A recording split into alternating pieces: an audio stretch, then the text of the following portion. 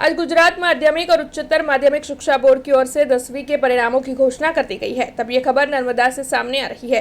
दरअसल नर्मदा जिले में 90.85% परिणाम जो है वो दर्ज किया जा रहा है। तब राजपीपला की जय अम्बे स्कूल के छात्र की ओर से सेंटर में पहला और दूसरा क्रमांक हासिल किया गया है। आपको बता दें कि जय अम्बे स्कूल के शैनी अरविंद छात्र की ओर से राज्य में द्वितीय क्रमांक हासिल किया गया है और उसी के साथ एक छात्रा की ओर से सेंटर लेवल पर प्रथम क्रमांक भी हासिल किया गया है। तब नर्मदा जिला और स्कूल का नाम रोशन हुआ है।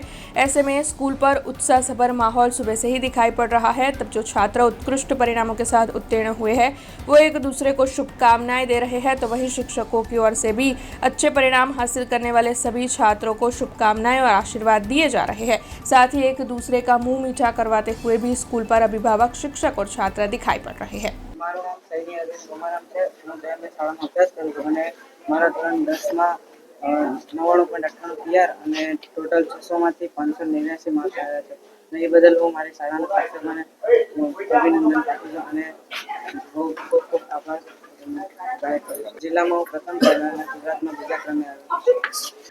સૌને નમસ્કાર।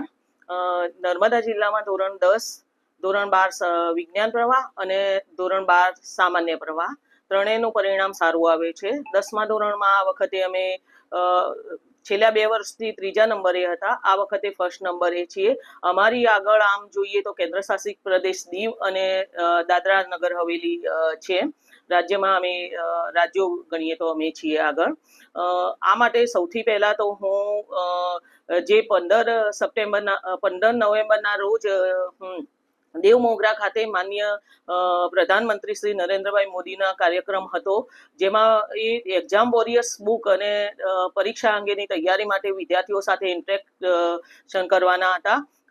એનાથી અમને બહુ મોટિવેશન મળ્યું હતું। એ સમયે અમે જિલ્લાની તમામ શાળાઓની અંદર વિદ્યાર્થીઓને જે એક્ઝામ વોરિયર્સ બુકના જે 25 મંત્રો છે એ વિદ્યાર્થીઓ સામે ડિસ્કસ કર્યા હતા અને વિદ્યાર્થીઓ બી બહુ જ ઉત્સાહિત થયા હતા કે માનનીય પ્રધાનમંત્રી શ્રી એમના વિસ્તારમાં આવ્યા અને વિદ્યાર્થીઓ સાથે ઇન્ટરેક્ટ કર્યું, એટલે એ અમને બહુ મોટો ફાયદો થયો। એટલે નવેમ્બર મહિનામાં જ વિદ્યાર્થીઓ મોટિવેટ થઈ ગયા હતા। એ પછી બીજું કારણ એ છે કે રાજ્ય સરકાર દ્વારા ખૂબ મોટા પ્રમાણમાં ભરતી કરવામાં આવી છે। શિક્ષણ સહાયકોની ભરતી થઈ છે, જ્યાં જગ્યા હતી ત્યાં જ્ઞાન સહાયકોની ભરતી થઈ છે।